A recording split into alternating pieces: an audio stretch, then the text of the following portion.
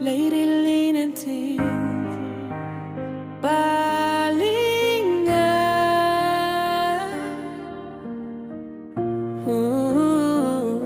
Marami ang nangyayari na parang bang makatotohan ba o hindi. May mga sumisigaw ng hostisya at katarungan. Marami ang nagtipon-tipon sa isang malaking kwarto.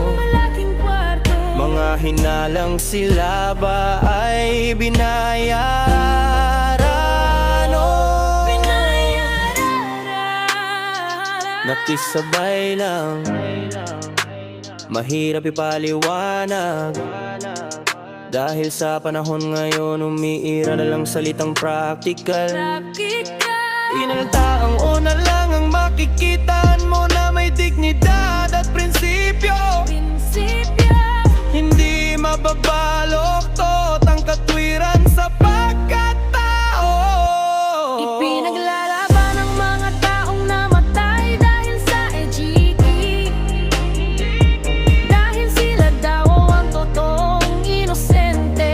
Inosente ang ginasa ng akin. Payo naman yung batang musmos na namatay dahil sa kagagawan ng mga adik. Bakit hindi sila ginawan ng museo?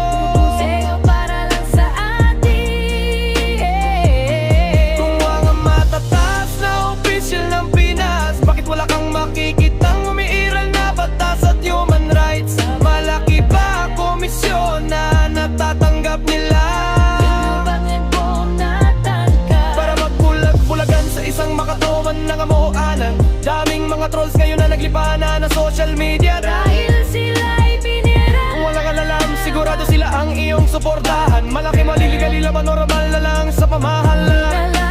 Paano ba asenso ang Pinas kung puro buhaya na lang ang nakaupo sa taas? Kunti na lang matinong nakaupo. Sa bawat panahon na lumilipas, marami nang mahilig ka bang hindi lumaban ng patas? Dahil sa ginagawa ng nakaupo sa taas. Dahil isa lang kanilang rason, yung gobyerno nga na nagnakaw ng bilyon, hindi nakulong. Dahil protektado ang kawatan ng gobyerno. Paano natin sila re-respetohin kung ang pamamalakad nila sa batas ay para lamang sa sariling kapakanan?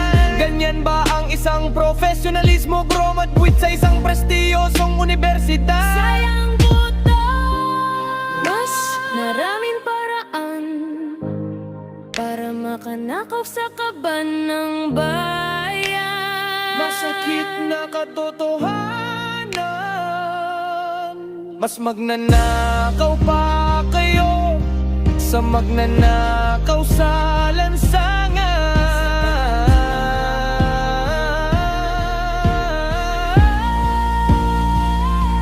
Ipinaglalaban ng mga taong namatay dahil sa EJK, dahil sila daw ang totoong inosente.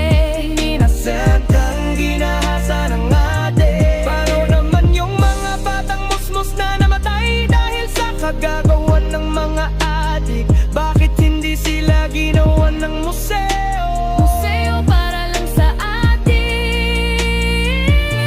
Mga tataas na opisyal ng Pinas, bakit wala kang makikitang umiiral na batas at human rights? Malaki ba ang komisyon na natatanggap nila Para magbulag-bulagan sa isang makatarungan na katotohanan?